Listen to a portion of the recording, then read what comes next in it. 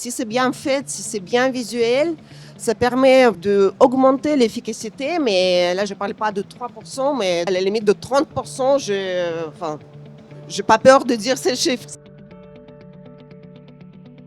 Aujourd'hui, l'objectif de la table ronde, c'est de parler des bonnes pratiques et le bénéfice des processus PIC PDP. L'important de cette réunion, c'est d'arriver préparé avec plusieurs scénarios et de décider. Plus on a de données, plus on a préparé des scénarios, plus on va être capable d'aller loin dans les décisions et prendre surtout déjà agir et de se dire je prends cette décision en pleine conscience et je ne suis pas attentiste.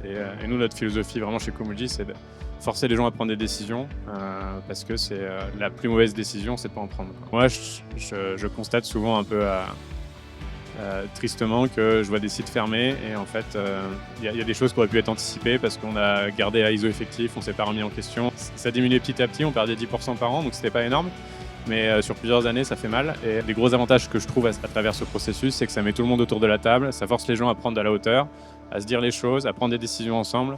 Et du coup, ça crée aussi un esprit un peu plus d'équipe et de moins de confrontation de services entre la prod, ils font ce qu'ils veulent, les appros, ils approvisionnent pas les bonnes choses, ou les commerciaux, ils font rentrer des clients dont on n'a pas besoin. Donc tout le monde est ensemble, tout le monde comprend l'enjeu derrière, qui est à la fin faire du chiffre d'affaires, faire de la marge et surtout garder l'entreprise en état et continuer la croissance. Puis le dernier prérequis, c'est d'impliquer tout le monde parce que c'est un projet d'entreprise et tous les départements doivent travailler. Ce n'est pas un sujet de production, ce n'est pas un sujet commercial, ce n'est pas un sujet marketing, c'est un sujet de tout le monde où il faut à la fois savoir quelle promotion on va avoir, quels produits on va mettre en avant, quelles sont les évolutions du marché et les capacités de prod. C'est tout le monde qui va contribuer à ça. Ça vous permet d'anticiper tout le changement du marché. Ça vous permet aussi d'anticiper la baisse en ajustant, en passant par exemple aux équipes réduites. Ça vous permet de garder la marge malgré la baisse de chiffre d'affaires. C'est ça en fait qui est le plus important dans cette projection, dans cette vision globale sur moyen et long terme. Grâce à cette visibilité, donc on a pris les décisions de réduire des équipes.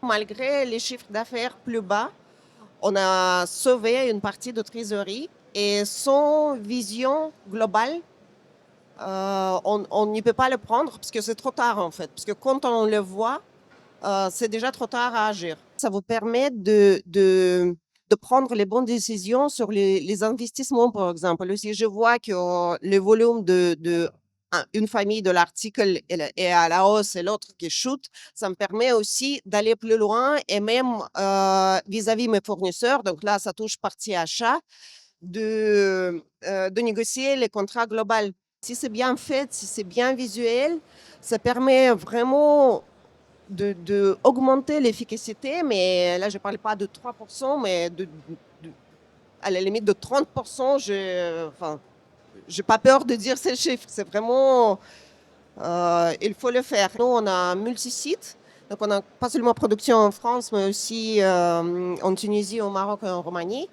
Et donc, parfois, on prend plus ou moins les mêmes décisions en déplaçant certains volumes de production de l'un site à l'autre.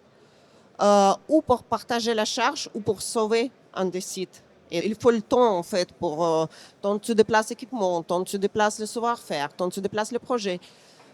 Donc, il faut vraiment anticiper tout ça. Et sans planification, sans pic, c'est impossible, parce que c'est trop tard. Ça sera toujours variable, mais quand tu le vois, cette variation, ça t'assure. En fait, même n'importe, tu vois la hausse ou la baisse, mais tu as le temps de te préparer et mentalement, de préparer ton atelier, de préparer tes équipes, d'anticiper investissement, de préparer trésorerie.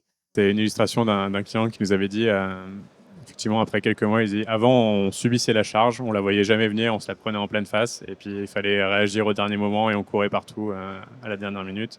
Et maintenant, on est capable de l'anticiper, et quand on l'anticipe, ça veut dire qu'on la prévoit, on la planifie, et on n'est plus à faire le pompier toute la journée. Tu as un bon ERP, bon MES, bon Comuji à côté.